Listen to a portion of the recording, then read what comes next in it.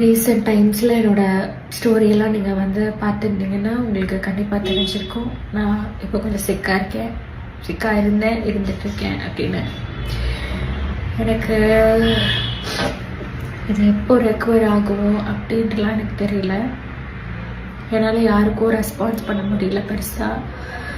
What I'm going through அப்படின்றது எனக்கு share பண்ணணும், ஒரு ஒரு சோஷியல் ஃபேஸில் வந்து ஷேர் பண்ணுறது எவ்வளோ கரெக்டு தப்பு அப்படின்னு எனக்கு தெரியல. நம்ம எவ்வளோ கேட்குறோம், எனக்கு வந்து அது வேணும் என்னென்னமோ வேணும் வாழ்க்கையில் அப்படின்னு நம்ம வந்து கேட்குறோம். பட் ஆனால் உங்களுக்கு அது எண்ட் ஆஃப் த டே ஒரு நல்ல லைஃப் வேணும், நல்ல ஹெல்த் வேணும்.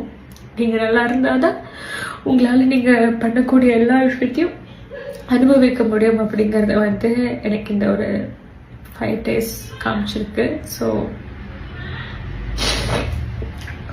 சன் டிவி மற்றும் விஜய் டிவில நடிச்சதன் மூலமா பாப்புலர் ஆனவங்க தான் சீரியல் ஆக்ட்ரஸ் ஆன சாய் ரித்து. இவங்க இப்ப பாண்டியன் ஸ்டோர் 2 சீரியல்ல நடிச்சிட்டு இருக்காங்க.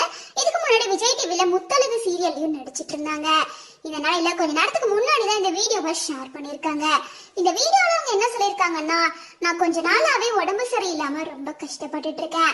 கடைசி 5 நாள் என்னால தாங்க முடியாத வேதனையா இருக்கு. நம்ம எவ்வளவுதான் காசு சம்பாரிச்சு சேர்த்து வச்சாலும் அதை அனுபவிக்கிறதுக்கு நம்ம உடம்பு நல்லா இருக்கணும். என்னால இதை ஷேர் பண்ணாம இருக்க முடியல.